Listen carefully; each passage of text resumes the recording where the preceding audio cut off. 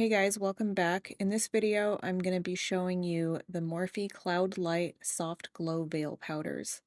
There are a total of 4 shades and they retail for $16 each. I'm going to be swatching all of these and demoing them, and I'm going to let you know in detail what each of the shades looks like, what the undertones are like, and how they're useful, at least on my skin tone. What these are meant to be are finishing powders. What they do is add a little bit of glow back into the skin. If you typically use matte foundations or matte setting powders and you end up with a complexion that looks a little bit too flat, you can use a powder like this to reintroduce a little bit of glow to the face and bring a little bit of life back to the look. I bought the 2 deeper shades as well because I felt I would be able to get some use out of them as bronzers, and I was curious to see what the tones looked like and what the finishes would look like. Here's the label on the back of the packaging. So there are 8 grams of product. These are about as big as a regular setting powder, and they come in a clear acrylic compact. I feel like it opens pretty easily. Didn't have any problems with it. Felt pretty sturdy.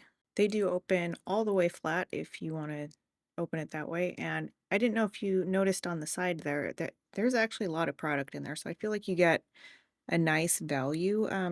For 16 bucks, this type of powder is similar to the Hourglass Veil powders, which are far more expensive. Here's a quick little comparison.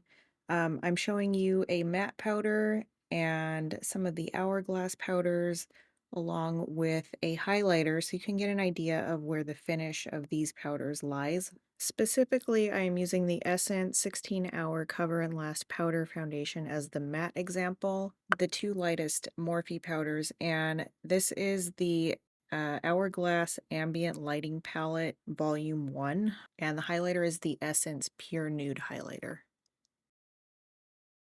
First up is the shade Dawn. This is the lightest shade and it is described as a vanilla with balancing pink.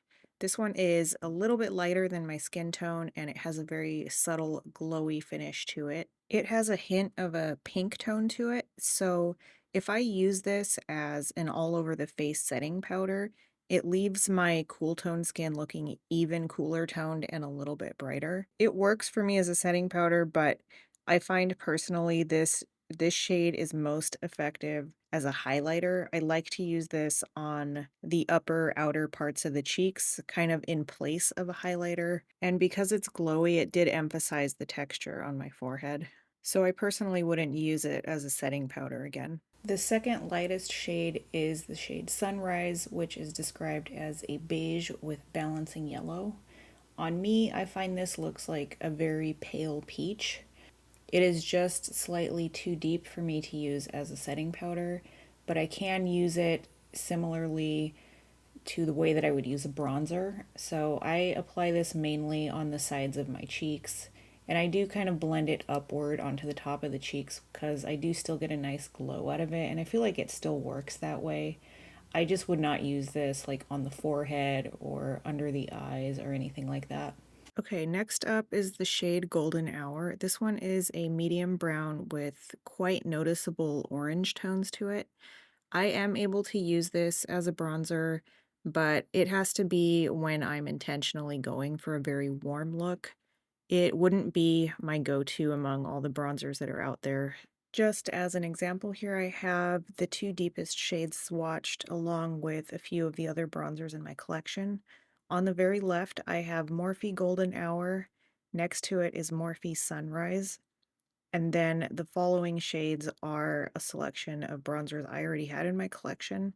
So you can see that Morphe Golden Hour is pretty orange compared to everything else that's on my arm. Morphe Sunrise is deep, but it is more of a reddish tone and more suitable for me and more similar to the things I already had in my collection. The deepest shade is Sunset, and this one is described as a cocoa with balancing orange. Now, I would say this one is orange in comparison to the grand scheme of things, but in this range, it is more red than it is orange or peach. This one is kind of deep when swatched, and maybe it looks a little bit scary against my skin tone.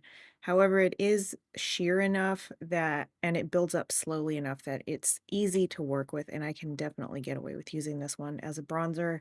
And it is um, maybe my second favorite shade in among what is available here to use as a bronzer, with Sunrise being my first choice. Next, I just want to quickly show you the three deeper shades all used as bronzers in comparison to each other, so that way you can get an idea of the depth and the undertone of each of those three shades. Here's what the two deepest shades look like. So here is the lighter one called Golden Hour, and then here is the deeper one called Sunset. They don't look super different here, but if you focus on the areas where it's more sheared out, you might be able to see the difference in tone. As a reminder, Sunset was a little bit more red and deeper in color, and Golden Hour was a little more orange and slightly lighter. And here's a little demo of the two middle shades. So I'm using Morphe Sunrise on one side, that is the lighter shade, and then Morphe Golden Hour on the other side, and that is the deeper shade. I feel like it isn't super obvious, but I would say the lighter one adds a little bit of dimension, almost like a very subtle contour, while the deeper one does add warmth. But again, it is pretty subtle because both powders are quite sheer. All right, so let's wrap this up with, are these worth buying? Am I happy with them? What's my review? Do I recommend them? So personally, after using all four of these shades, if I were to redo this, I would probably only buy the two lightest shades, so those two that are up on the top. After using all of the deeper shades as bronzers, my favorite one is the shade Sunrise, so that is the second lightest one.